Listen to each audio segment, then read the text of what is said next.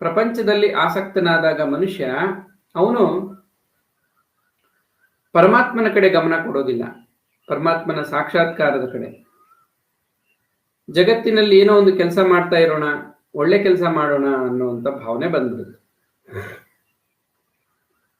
ಇದ್ರ ಬಗ್ಗೆ ಶ್ರೀರಾಮಕೃಷ್ಣರು ಒಂದು ಎಚ್ಚರಿಕೆಯನ್ನ ಕೊಡ್ತಾರೆ. ಸತ್ವಗುಣ, ರಜೋಗುಣ ಮತ್ತು ತಮೋಗುಣ ಈ ಮೂರು ಅಣ್ಣ ತಮ್ಮಂದರು. ಅಣ್ಣನನ್ನ ನಾವು ನಮ್ಮ ಬಳಿ ಇಟ್ಕೊಂಡಾಗ ಅಂದ್ರೆ ಸತ್ವಗುಣ ಇದು, ಅಣ್ಣನ ಸಹಾಯಕ್ಕೆ ತಮ್ಮ ಬರ್ತಾನಂತೆ, ನಂತರ ಇನ್ನೊಬ್ಬ ತಮ್ಮ ಕೂಡ ಅಲ್ಲಿ ಬಂದು ಸೇರ್ಕೊಳ್ತಾನೆ ಅಂತ ಹೇಳ್ತಾರೆ. ಅಂದ್ರೆ ಸತ್ವಗುಣವನ್ನು ಹೊಂದಿರುವಾಗ